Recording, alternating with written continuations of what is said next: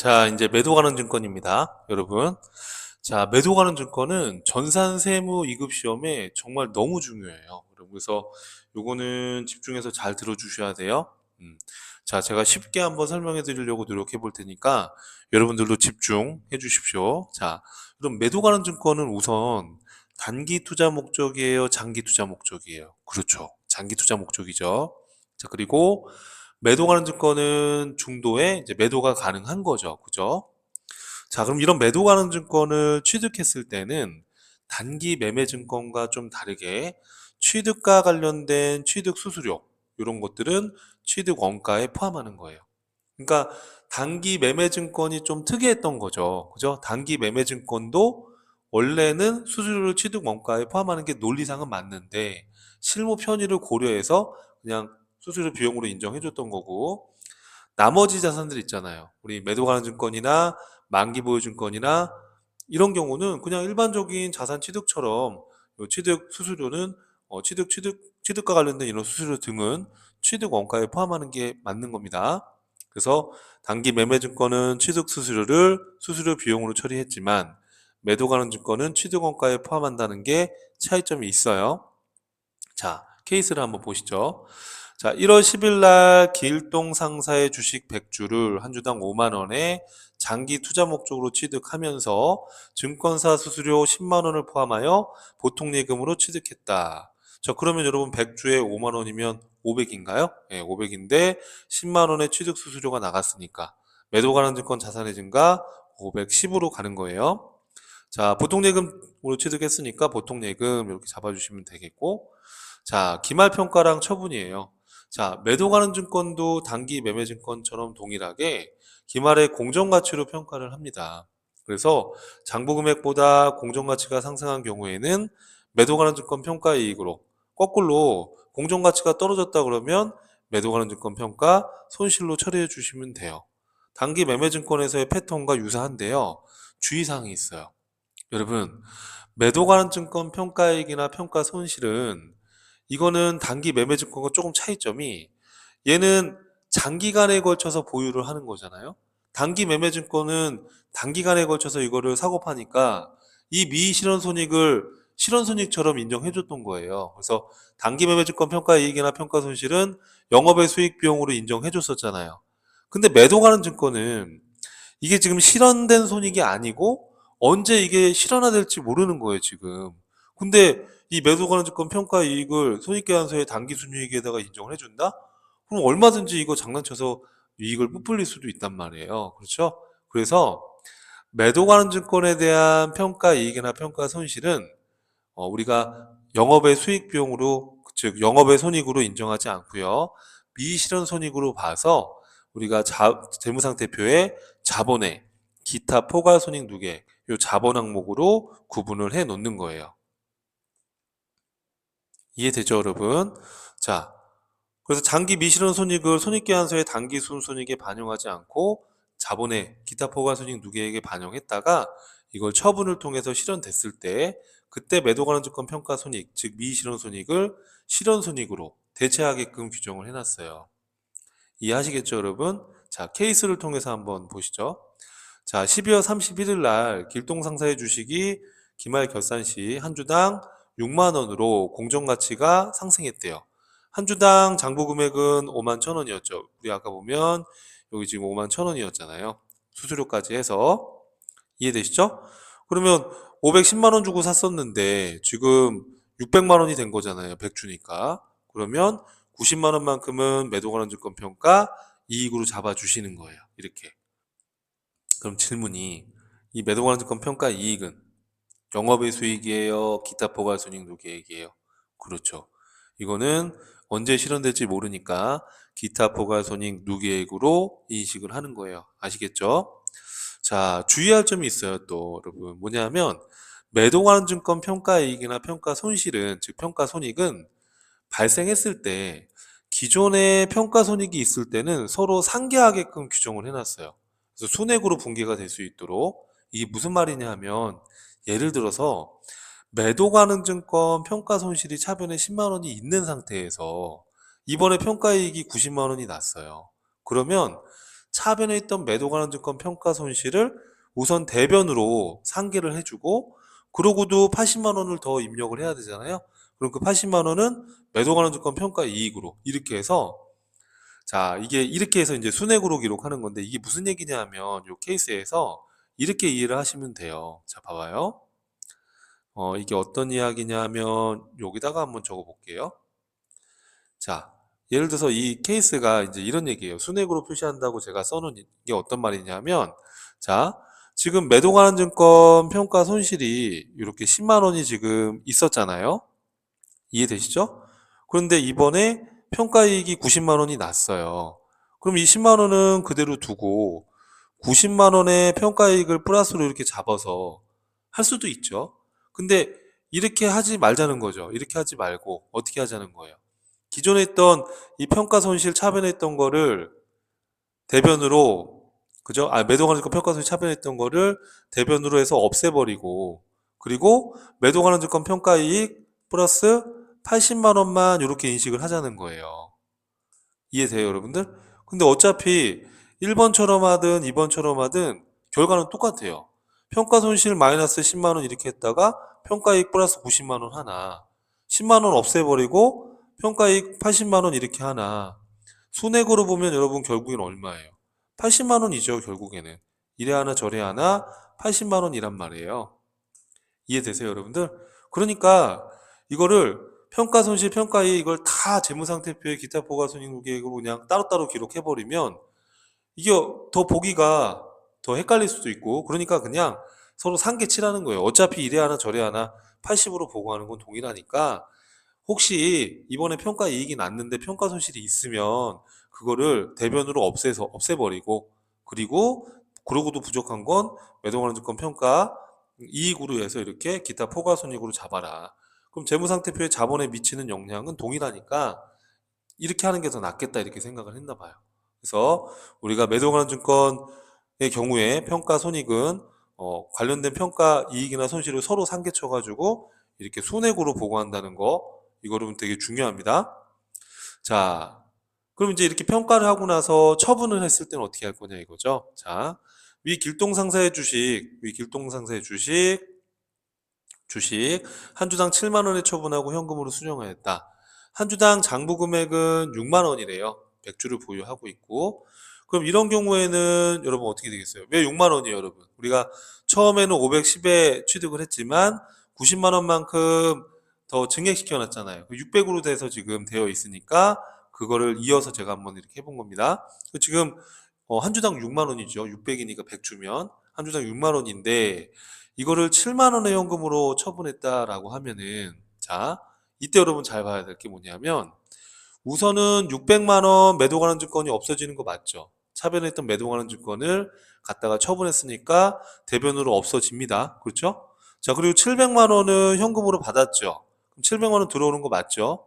그럼 우리 생각에는 600만 원 매도 관한 좀 주고 700만 원 받았으니까 100만 원이 처분이익이다 이렇게 생각할 수 있잖아요. 사실은. 그죠? 자, 그런데 여러분 생각을 잘 해봐요. 우리가 바로 직전 연도에 매도 관한 증권 평가이익이 났을 때 이 매도 관한 증권 평가이익을 수익으로 기록했어요? 기타 포괄손익 누계액으로 기록했어요? 기타 포괄손익 누계액으로 봐서 이걸 미실현 손익으로 인식한 거 맞죠? 손익계산서에 당기 순손익에다가 반영을 안 했잖아요. 아직 실현된 게 아니니까. 이해되죠, 여러분? 자, 근데 이게 처분을 했으니까 이 90만 원도 현금화 된 거예요. 쉽게 말하면. 그러면 우리가 재무상태표의 자본의 기타 포괄손익 누계액으로 잡아놓은 이 평가이익을 미실현손익 잡아놓은 거를 처분했으니까 현금화 된 거니까 실현손익으로 대체해 줘야 되는 거예요. 실현손익으로. 무슨 손익으로?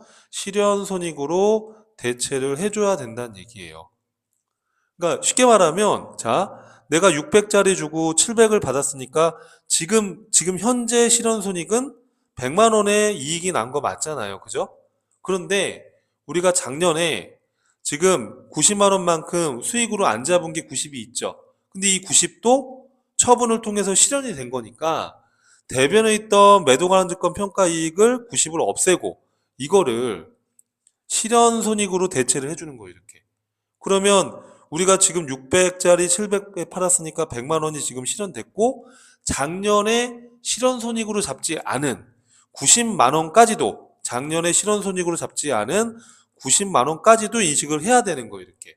그래서 작년에 대변에 기록해놨던 매도관한증권 평가 이익을 처분 이익으로 이렇게 대체를 해주는 거예요. 그래야지 작년에 인식하지 않았던 미실현 손익도 올해 실현 손익으로 인식이 되는 거니까.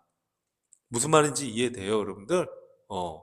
그래서 우리가 매도관한증권을 처분했을 때는 관련 평가 손익을 반대편으로 상계해서 처분 손익에 이렇게 다 대체를 해줘야 되는 거예요. 이해하시겠죠, 여러분? 이거 기억해야 됩니다. 자, 그리고 처분할 때 발생되는 수수료는 마찬가지예요. 단기 매매증권에서 봤던 것처럼 별도의 수수료 비용으로 하지 않고 처분 손익에서 조정해 주는 거예요. 그래서 예를 들어서 처분 수수료가 20만 원으로 현금을 지급했다라고 하면은 이때는 처분 이익을 얼마 인식하겠어요? 자, 만약에 여러분 이때 분기를 한번 써보면 현금으로 처분 수수료가 20만 원이 이렇게 나갔다라고 하면은 이때는 처분 이익이 얼마로 줄어들어요? 수수료 20만 원 제외하면. 그렇죠. 170만 원으로 처분 이익이 인식된다. 그 얘기예요. 그래서 처분 수수료는 별도의 수수료 비용으로 하지 않는 거는 우리 단기 매매증권과 동일합니다. 자, 케이스 2번을 한번 볼게요. 이번에 12월 31일 길동상사의 주식 기말 결산 시에 한 주당 5만 원으로 공정가치가 하락했대요. 자, 우리가 장부 금액이 지금 5만 1,000원으로 지금 취득을 했었는데, 그죠? 그럼 1,000원만큼 줄었고 100주니까 10만 원만큼 매도관한증권 평가 손실로 잡는 거예요. 근데 여러분 이 평가 손실은 지금 실현됐어요, 안 됐어요? 아직 안 됐죠. 그러니까 이거는 기타 포괄 손익 누계액으로 재무상태표에 자본에다가 인식을 하는 거예요, 여러분. 주의해야 돼요. 이거는 기타 포괄손익 누계액으로 이제 기타 포괄손익 누계액은 자본 항목이잖아요. 근데 이게 이제 차변에 이렇게 기록이 되게 되면 재무상태표의 대변에 자본에서 차감적으로 표시가 돼요. 그래서 하여튼 기타 포괄손익 누계액으로 우선은 기록을 해주고 이걸 이제 처분했을 때 실현됐을 때 그때 처분 손익으로 대체를 해주는 거예요. 그래서 이렇게 했다가 자, 길동상사의 주식을 한 주당 4만 원에 처분하고 현금으로 수령했다. 자, 장부상 금액은 한 주당 얼마예요, 여러분? 5만 1,000원이었다가 5만 원으로 떨어뜨려 놨잖아요. 그러니까 500만 원 매도관한증권 없애고 400만 원 현금으로 받았어요. 자, 그러면 여러분 생각해 봐요. 500짜리를 400에 받았으니 지금 우리가 실현 손익은 얼마가 되는 거예요? 지금 실현된 손실은 100만 원이 지금 손해 본 거잖아요. 여러분 생각해 보면 500짜리를 400에 지금 받았으니까. 그죠? 그런데 우리가 작년도 말에 매도관한증권 평가 손실로 해서 미실현 손익을 잡아놓은 게 있잖아요. 미실현 손실을 잡아놓은 게 있잖아요. 이때 손해가 났음에도 손익계산서에 비용 처리를 안 했잖아요. 그런데 이걸 처분해가지고 지금 그만큼 돈이 적게 들어온 거 아니에요. 그죠? 그러면 이 미실현 손익을 실현 손실로 대체를 해줘야 되는 거죠. 이해돼요, 여러분들? 그럼 어떻게 하시면 돼? 그렇죠. 매도관한증권 평가 손실 잡아놓은 거를 요거를 이렇게 대변으로 상쇄시켜 주는 거예요. 이렇게 차변에 매도관한증권 평가 손실 잡아놓은 거를 대변으로 이렇게 상계시킨 다음에 그 다음에 마지막에 대차 차익으로 해서 매도관한증권 처분 손실 이렇게 잡아주시면 되는 거예요. 그러면 우리가 올해 이 실현 손실도 있지만 작년에 미실현 손실 실현된 거 10만 원까지 포함해서 110만 원이 처분 손실이 인식되는 거예요. 이해하시겠어요, 여러분들? 자, 제가 그래서 이거를 하도 이제 학생분들이 어려워하니까 제가 이렇게 분석을 한번 해봤어요. 자, 여러분, 요거는 이제 저만의 어떤 스킬인데, 이렇게 여러분 한번 기억을 해보면 차이점을 알 수 있을 것 같아요. 자, 단기 매매증권과 매도가는 증권의 회계 처리를 한번 비교해서 분석을 해볼게요. 잘 들어봐요, 여러분. 자, 단기 매매증권을 지금 1,000원에 취득을 했고 수수료가 100원이 나갔다. 그러면 단기 매매증권은 수수료 비용으로 처리하고 매도 관한 증권은 요 취득원가에 포함한다. 이 차이가 있어요. 그죠? 이해되죠? 무슨 말인지? 기말에 1200원으로 공정가치가 올랐어요. 그럼 얘는 1000원인데 1200원 됐으니까 평가이익이 200원이 잡히는 거죠. 근데 여러분 이 평가이익은 이거는 수익으로 그냥 바로 인식을 한 거예요. 이렇게. 영업의 수익으로. 하지만 매도 가는 증권은 어때요, 여러분? 매도 가는 증권은 1200원으로 올랐을 때 1100원이니까 100원만 매도 가는 증권 평가 이익인데 이 매도 가는 증권 평가 이익은 실현됐어요, 미실현됐어요? 미실현됐으니까 이거는 기타 포괄 손익 누계액 자본으로 묶어 놓는 거예요. 처분되기 전까지. 이해되죠? 자, 근데 이거를 처분했대요. 자, 매도 가는 증권을 1,500원에 팔았는데 처분 수수료가 40원이 나갔대요. 그럼 이거는 수수료 비용 40원 이렇게 안 하고 그냥 처분 금액에서 조정하는 거죠. 그래서 현금 1,460원 들어왔어요. 그죠? 자, 단기 매매 증권은 얼마로 돼 있을 것 같아요, 여러분? 1,000원인데 200원만큼 증가됐으니까 1,200원이 없어지고요. 그쵸? 그러면 1,460원이니까 260만 원만큼, 260원만큼은 단기 매매 증권 처분 이익 이렇게 기록해 주면 되는 거죠. 맞죠? 맞죠, 여러분? 자, 그럼 단기 매매 증권 처분 이익이 260원이라는 이 숫자는 우리가 어떻게 계산할 수 있냐면 지금 처분한 이 시점의 처분 금액 얼마예요? 1,460원에서 이 단기 매매 증권의 처분 직전의 장부 금액이 얼마예요? 여러분. 지금 1,000원에서 직전 연도에 200원만큼 증액시켜서 1,200원이 있는 거잖아요. 그죠? 그러면 260원이 요 처분이익과 딱 맞아 떨어지게 돼요. 즉, 장부 금액으로 이렇게 해서 딱 맞아 떨어지게 돼요. 자, 근데 매도 가는 증권을 한번 볼게요. 자, 똑같은 상황인데 매도 가는 증권은 1,360원, 1,460원 받았어요. 자, 매도 가는 증권은 1,100원에서 100원 증액했으니까 1,200원 없애면 되죠. 자, 근데 우리가 어떻게 했어요? 자, 매도 가는 증권 평가이익은 우리가 직전 연도 말에 수익으로 안 잡고 자본의 기타 포괄 손익 누계액으로 잡아놨잖아요. 왜? 이거는 아직 미실현된 거니까. 근데 미실현된 건데 이게 처분을 통해서 뭐 된 거예요? 그죠? 실현이 됐으니까 이 이익으로 수익으로 잡지 못했던 거를 처분한 이 시점에 수익으로 잡아줘야죠. 그러면 대변했던 매도 관한 증권 평가 이익을 차변으로 없애고 이거를 처분 이익에 여기 단기 매매 증권 처분 이익이 아니라 매도 관한 증권 처분 이익이죠. 매도 관한 증권 처분 이익으로 대체해 줘야 되는 거예요. 이해되죠? 자, 1200원짜리 주고 1460원 받았으면 사실은 우리가 지금 260원이 이익이 실현된 건데 지금 작년에 100원만큼 실현 안 된 거를 처분한 시점에 실현시키는 거니까 이거를 이렇게 해서 없애주고 이거를 처분이익에다가 집어넣어서 지금 360원의 처분이익을 잡은 거예요. 이렇게. 맞죠? 그러면 매도 관한 증권의 처분 손익을 계산할 때는 좀 특이하게도 처분 금액 1,460원에서 희한하게도 장부 금액을 빼는 게 아니라 취득원가를 빼야지만 정확한 처분 손익이 나와요. 취득원가가 얼만데요? 처음에 매도 관한 증권 취득했을 때가 1,100원이잖아요. 요 1,100원을 빼야지만 360원의 정확한 처분 손익이 나와요. 자, 왜 그러냐 하면은 매도가등 증권은 작년에 미실현된 평가 이익을 처분 이익으로 이때 인식을 하니까 어차피 이 100원에 대한 것도 처분하는 시점에 이 처분 이익에 들어가잖아요. 그러니까 이 매도가능 증권의 취득 원가를 기준으로 계산하면 딱 처분 손익이 맞아떨어지는 거예요. 신기하게도.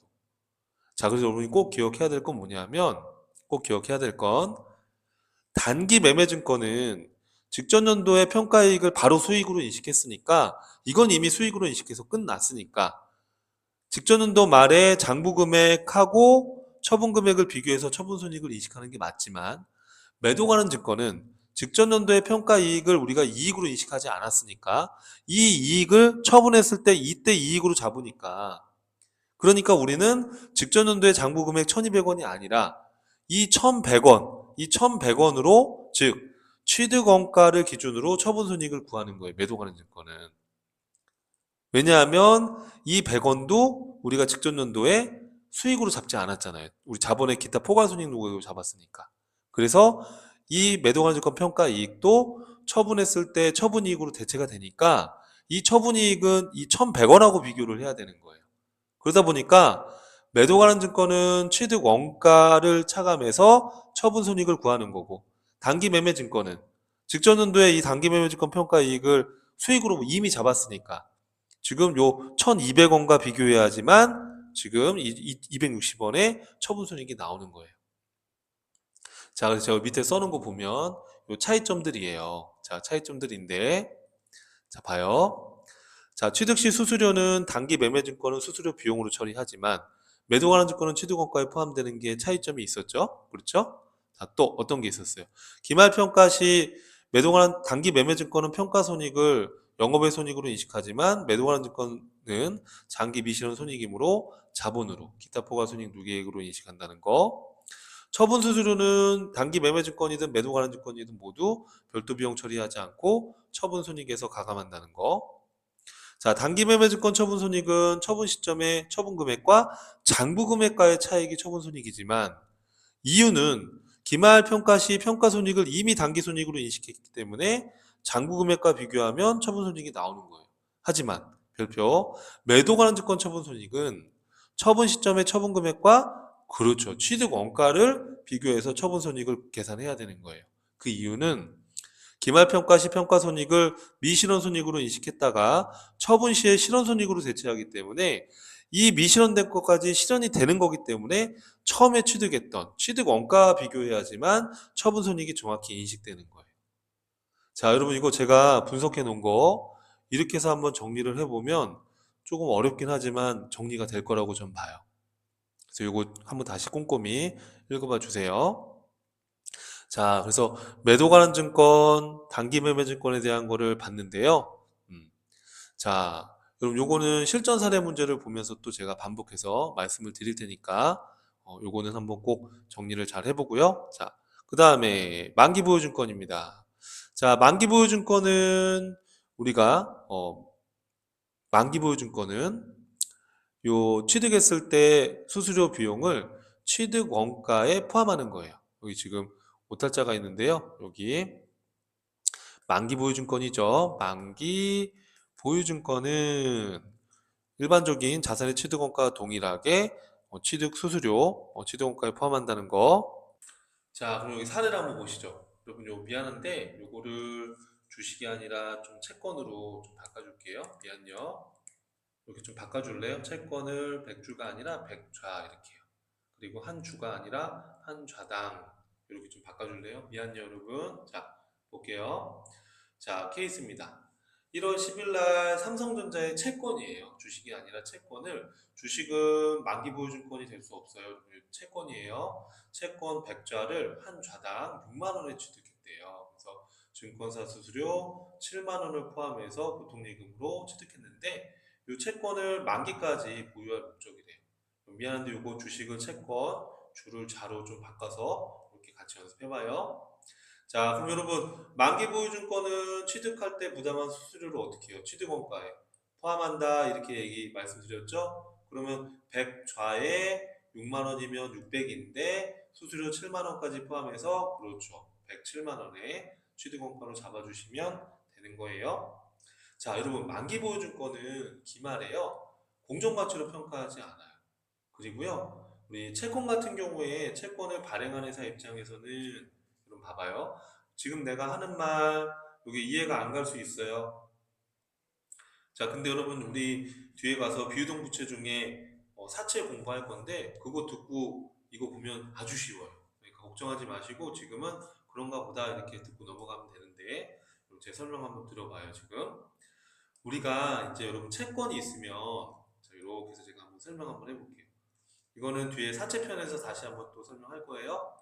그럼 이제 이 채권을 발행한 발행회사가 있잖아요. 발행회사가 있고 이 채권을 투자한 투자회사가 있잖아요. 이렇게 이해돼요? 무슨 말인지? 자, 그러면 채권을 발행한 이 발행한 회사는 채권을 발행해서 자금 현금을 조달하면 이거는 나중에 이제 뭐 3년 만기 채권이다 그러면 3년 후에 갚아야 될 부채예요. 이거를 우리가 사채라고 해요. 사채. 이해되시죠? 이건 이제 비유동 부채인데 사채라고 해요.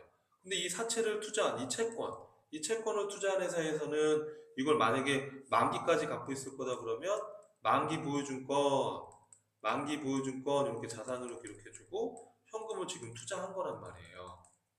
무슨 말인지 이해돼요, 여러분들? 그리고 지금 우리는 이 투자회사의 입장에서 이 채권을 만기까지 갖고 있는다면 만기 보유증권으로 이렇게 분기를 해주는 거예요. 이해되죠? 그런데, 그런데, 자, 만기 보유증권으로 이렇게 기록을 해주는 건데, 음, 자, 주의사항은 뭐냐면, 요 만기 보유증권을 우리가, 만기 보유증권에 대해서 이제 나중에 이자를 받으면 이자 수익으로 처리를 해주는데, 이때는 유효이자율법이라는 방법이 있어요. 그 방법으로 우리가 이 만기 보유증권에 대한 회계 처리를 해줘요. 그래서 공정가치 평가하는 건 아니고요. 이 유효이자율에 의해서 계산한 이 장부 금액을 상각 후 원가라고 해요. 그래서 이 상각 후 원가의 개념은 사채편에서 여러분 이해를 하면 전혀 어렵지가 않아요. 그래서 지금은 그냥 용어 정도만 만기 보유증권은 공정가치로 평가하지 않고 상각 후 원가로 측정한다. 요 명칭만 잠깐 눈도장 찍어 놓고 우리 뒤에 사채편에서 이 상각 후 원가가 뭔지를 공부하게 됩니다. 아시겠죠? 자, 그 다음에 이제 우리 마지막으로 장기대여금이 있네요. 장기대여금은 결산일로부터 1년 이후에 회수할 대여금이에요. 이것도 이제 투자자산으로 구분이 돼요. 만약에 결산일로부터 1년 이내에 회수할 대여금이라면 그렇죠. 우리가 앞전에서 배웠던 단기대여금으로 처리해 주시고 이건 당좌자산으로 구분이 돼요. 자, 요 케이스 한번 보시죠. 1월 3일 날 길동상사에 1,000만 원의 현금을 대여하고 3년 후에 회수하기로 했다. 그러면 장기 대여금 이렇게 잡아주시고요. 이자 20만 원과 함께 현금으로 1,020만 원을 회수했다 가정하면 장기 대여금 없어지고 이자 받은 거는 뭐예요?